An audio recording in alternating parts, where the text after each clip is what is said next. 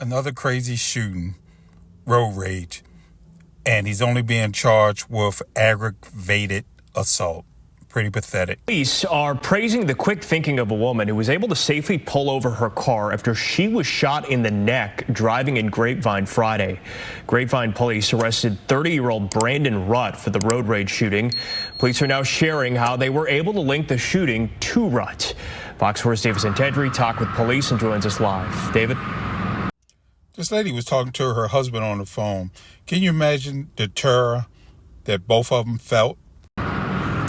Yeah, Blake, police say the woman was talking on the phone with her husband when she was shot in the neck. Somehow she was able to pull over along the side of this highway while he called 911. Police are saying this was a result of road rage.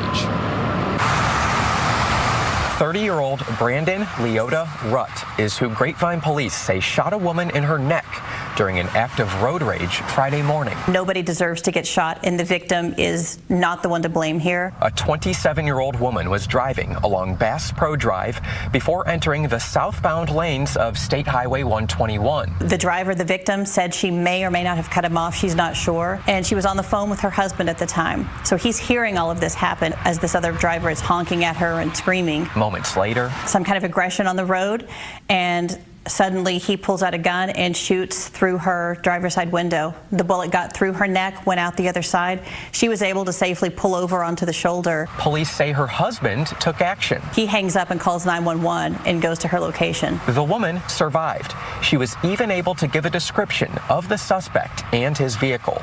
So did a witness. Police established a timeline and, with the help of traffic cameras, focused in on Rutt's license plate. He was arrested at his apartment early Saturday morning. Because anyone who's going to shoot a stranger on a highway is someone we need to stop. Police say a handgun was found at Rutt's apartment.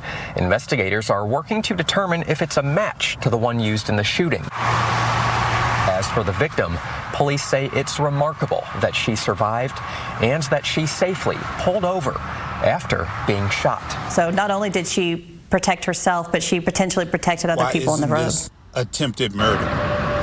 Pretty pathetic. Rutt is charged with aggravated assault with